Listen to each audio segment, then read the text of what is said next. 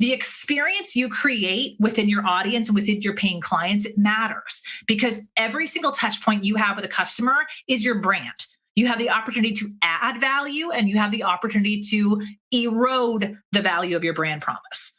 So what you have to be thinking about is our programs have to evolve. They have to be that blend between our skill set and what we do really well and what we come alive with when we're helping others, paired with what does the information actually require for people to get the result.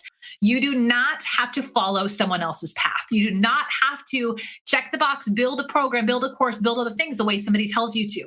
You're smart. You have really good ideas and you've been very successful in your professional career and in your personal life. High five, you're doing good. Like, allow yourself to come up with some creative ideas by asking these kinds of questions. Now, just don't go into the paralysis where you don't take action.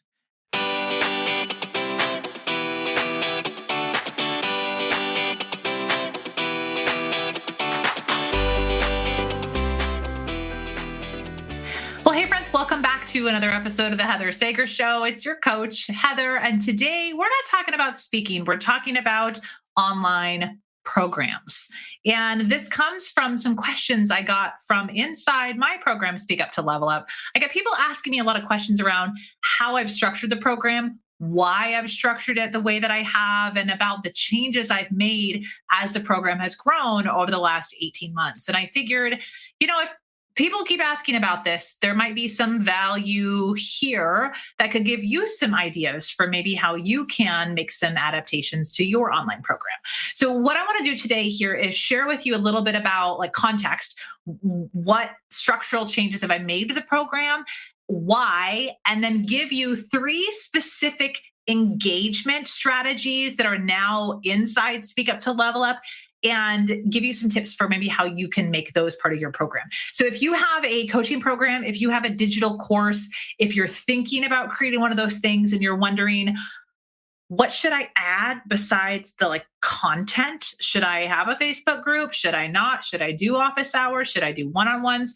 We're going to talk about those things today, not to tell you the right way to do it or the best way to do it, but simply to prompt your thinking.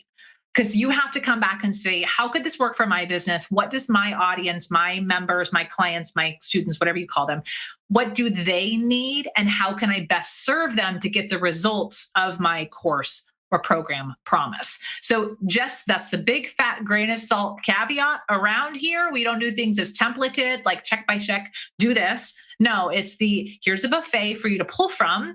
You choose what sounds good to you as long as it works for your audience and your business style, for your business type. Run with it, baby. I hope these tips help you today. So let's create a little context here. So my program, Speak Up to Level Up, is a program where it's I guess I don't call it a digital course and I don't call it a membership.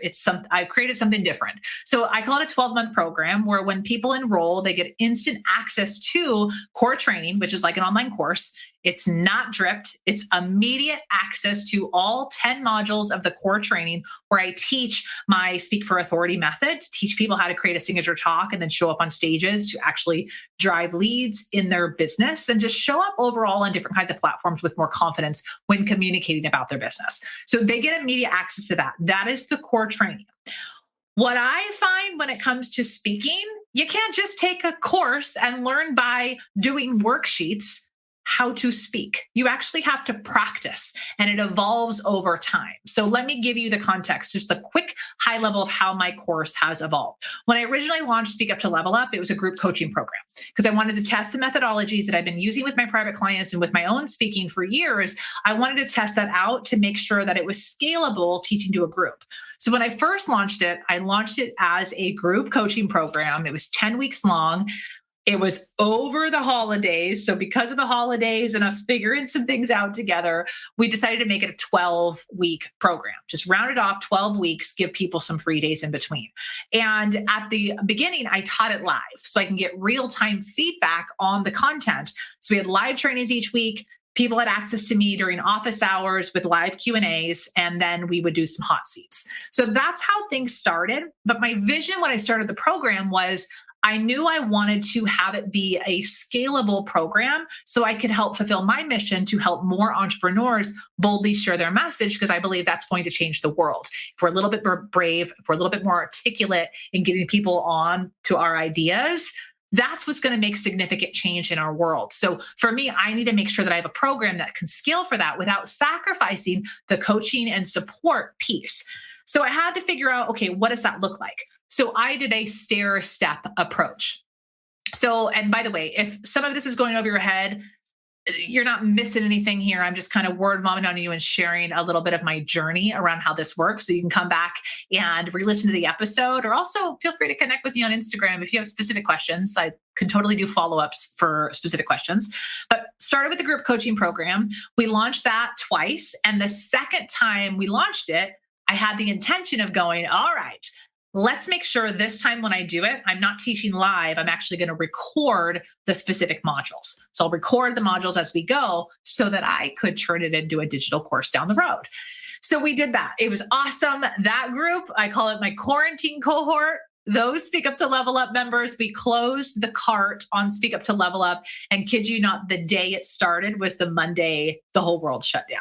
So we went through quarantine together, that group, super close knit. We survived last year together, but we had a lot of fun. And in that one, I started learning some things. So for example, when I had the group coaching program, one of the things that I offered inside was office hours.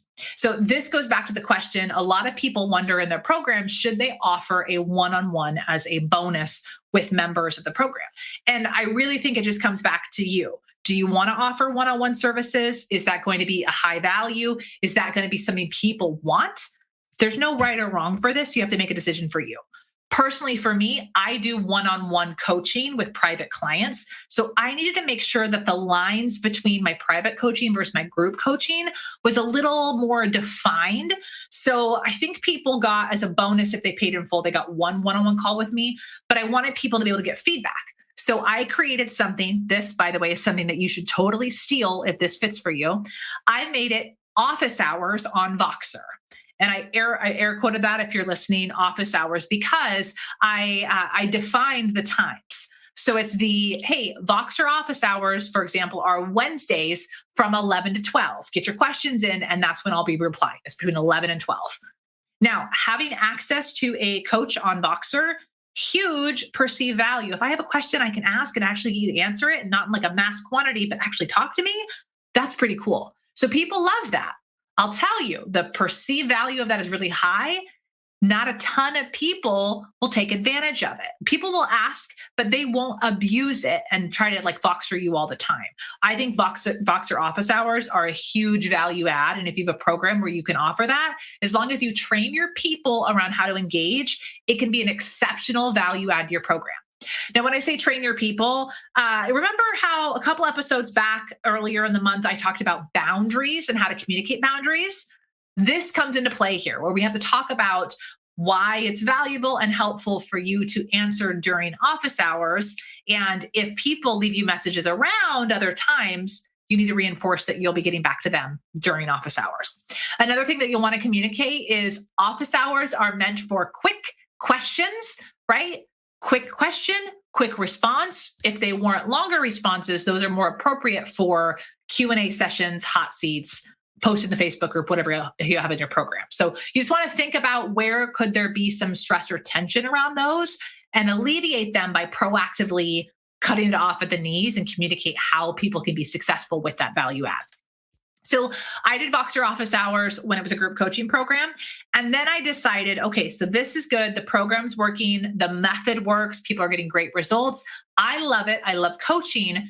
I'm ready to start scaling it for more people. So I did a stair step again, where I launched the program as a live digital course. And in that, it was a live experience dripped over 12 weeks with weekly Facebook office hours. So essentially, I would go live on Tuesdays, get your questions in, I would answer those. It was good. It was great. Here's where things started shifting for me. And in case you're anything like me, this might resonate with you. One of the struggles, I'm going to be totally real with you. One of the struggles I had with an online course was my inability to actually see people's faces and get real time feedback around how people are experiencing it. And I missed the live coaching element. You see, I'm a really good coach, and I say that with good confidence. I can read people's body language. I can see when they have a question in their mind that they're kind of too afraid to say out loud. I can see that they can't actually formulate a question, but something is noodling in their head. So I can help them craft that question and then work through the challenges they're having. For me, coaching is a very unique skill. It's a specific skill, but I really thoroughly enjoy it. So after running the program as a digital course, I realized that, I really want the opportunity to coach people. I can't coach everyone, but if I can coach some people live, everyone would benefit. So I started retooling, figuring out how could I design the program in a way that fits both my teaching style, my zone of genius. I hate that word, but really where I shine, where I enjoy work, where I love it, and also where the magic happens, where people get results. How can I think about like a Venn diagram? What's the cross section of that, of being scalable while still being able to serve in the way that I want to? And that's where I totally redesigned Speak Up to Level Up from a structural perspective. Content still the same, the core modules, though I re-recorded everything. But here's how the program works today. And this is what I want you thinking as I'm thinking through all these things. Hopefully I'm giving you some ideas for your own business and not totally and royally confusing you. This is like a very candid conversation we're having today. But when I designed it, what you see today is what I designed in November of 2020.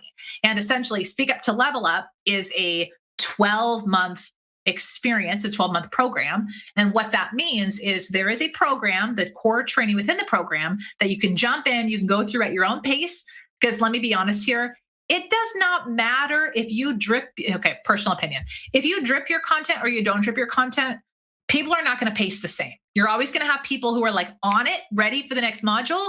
And you're going to have people who fall behind. And some of those people are going to feel extreme guilt for falling behind. And then they're going to disengage with the content because they feel like they're too behind. There's like a mental thing that happens in the live experience, in my opinion. I have yet to date never finished a digital program. And there have been many programs where I have felt, quote unquote, left behind. So that was a big reason why I just said, dude, my life doesn't work around your course. My life does. I'm getting like shaky. You can see like my microphone and everything's shaking because I'm using my hands a lot here. Sager's got the hand gesture. So by the way, if you're listening, the podcast is now also on video where you can experience the Sager hand gestures in real life. That might be a little too much for you, but anyway. So where was I at? Okay, so coming back to it, what was I just talking about? Let's see, the schedule. Oh my gosh, I just went off on tangent, like real time, you're hearing me. Anyway, so okay, coming back to the live thingy. Yes, so multiple programs, I've fallen off the track. I'm like, never going to go back in there. So I wanted my program to honor people who wanted to jump ahead, honor people who wanted a schedule. So there's like a suggested pace, but also really honor the people who need to move at their own pace and actually cheer them on for that. Because most business owners have a lot of things going on. Many of the members inside my program also have personal lives and a lot of things going on. So I don't want any guilt around training. You should be proud of training regardless of the pace that you're doing.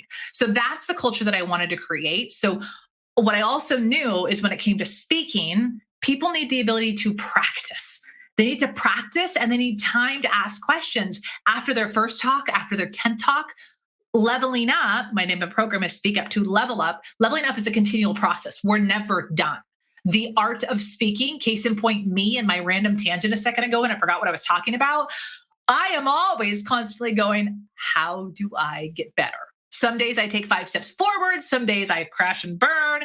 It's just a continual process. Communication is a skill that you don't master and keep. You have to work to keep that mastery. So I knew I wanted to have an experience where people can feel supported, not rushed, but they keep coming back over and over and over again, which is why it's 12 months of support. The content does not run 12 months unless you want it to, but the experience of the support you get for 12 months so that you can be successful.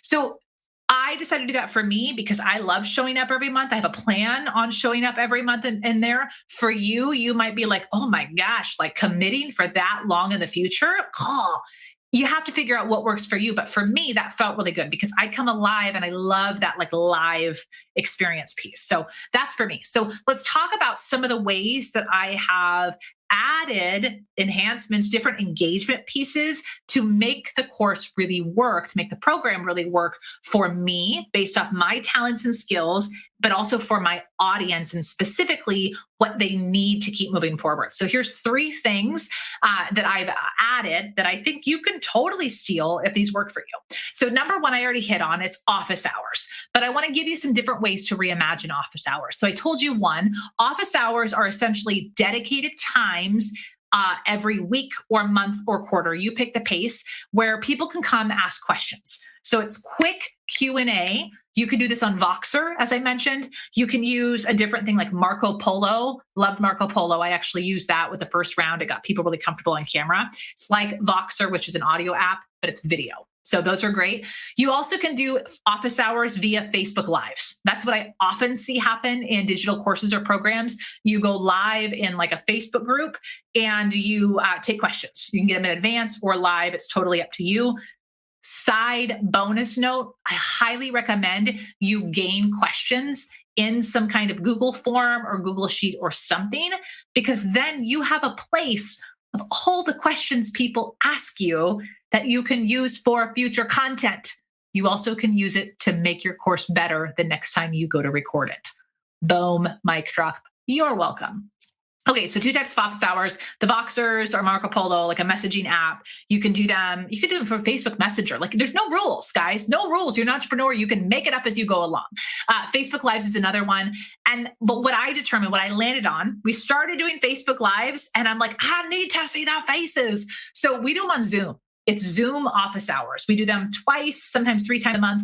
Office hours where people come, they ask questions in advance or in real time. And I actually can answer questions, but also coach people in real time. So you have to figure out this, like the format is office hours. Do you need those? Is it helpful for people to get questions? You have to figure out the scheduling. How often is this going to be available? And then the format. You get to customize and figure out what works well for you. But that's what I would recommend. Consider office hours. Huge perceived value, a huge quick hit for students to get what they need to keep moving. But it's awesome. So if you thrive on that, that could be a good enhancement for you.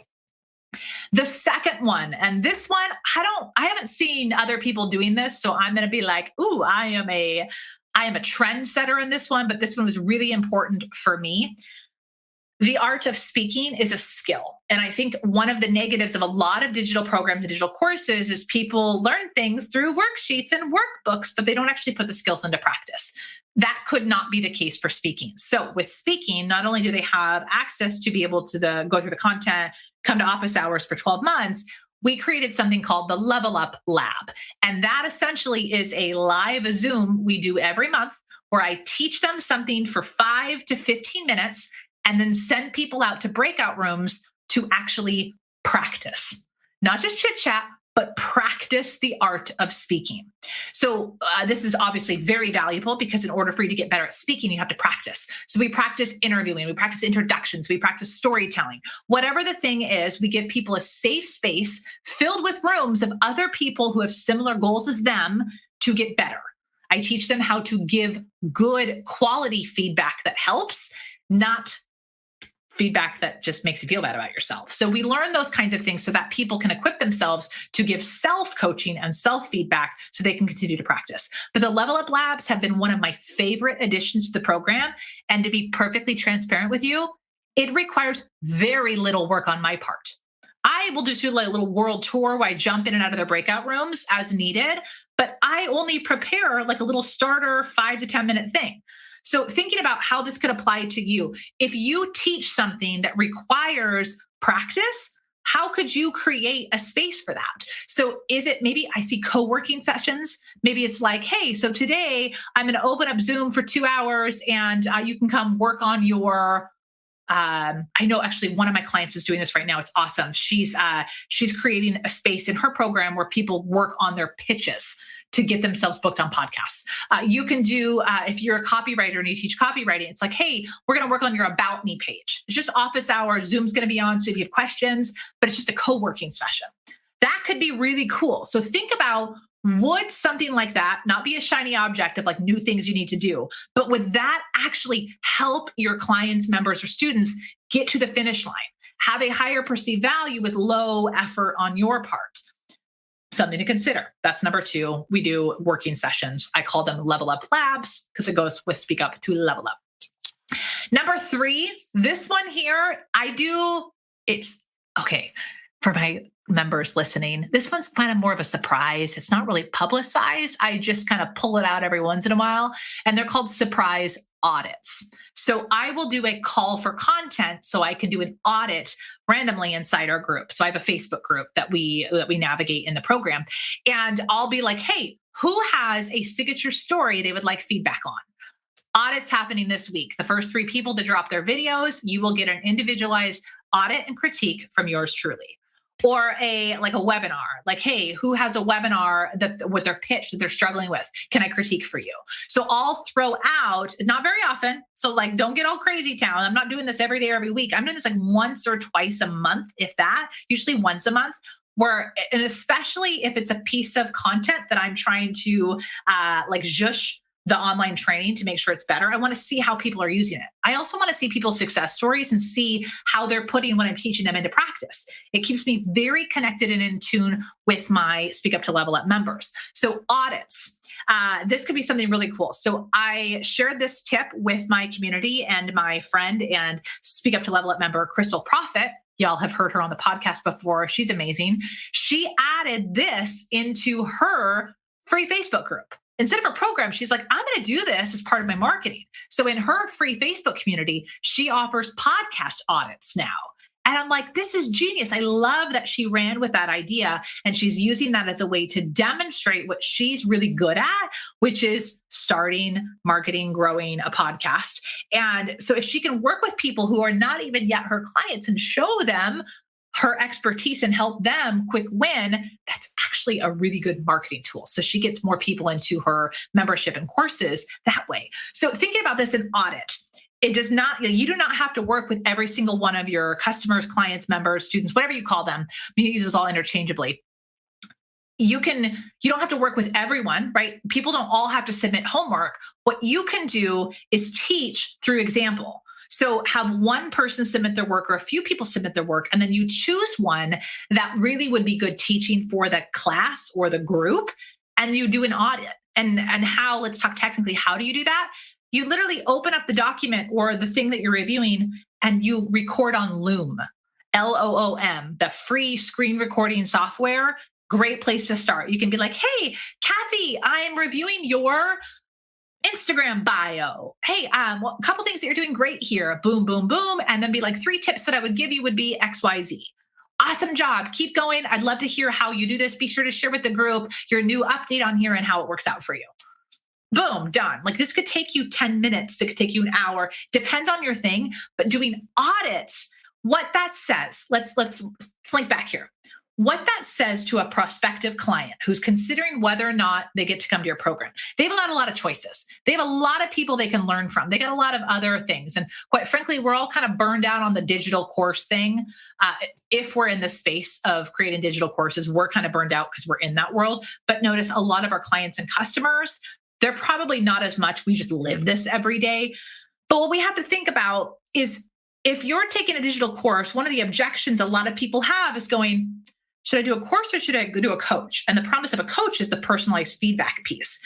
But if a program has opportunities to get feedback and not just their work, but they get to see other people's, and we demonstrate that value of going, look, sometimes you might not even know the questions to ask. And sometimes we actually get a lot more value when you see other people's work get critiqued or you see other people's coach. So the group coaching aspect or the office hours or the audits, all those kinds of things have high value, not just for the person who submits or is in the hot seat or is didn't get their question answered, but for everyone.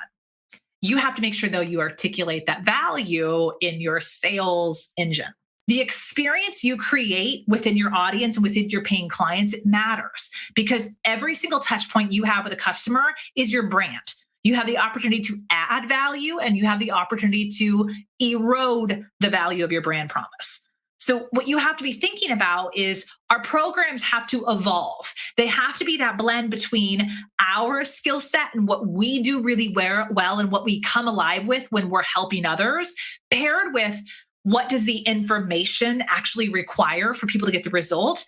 And then the other part, I'm thinking Venn diagram here, three parts. That third part where the overlap is, what do your students actually want? How do they learn? And what would be a better experience for them?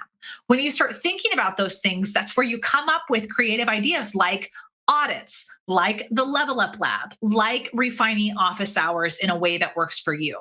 You do not have to follow someone else's path. You do not have to check the box, build a program, build a course, build other things the way somebody tells you to.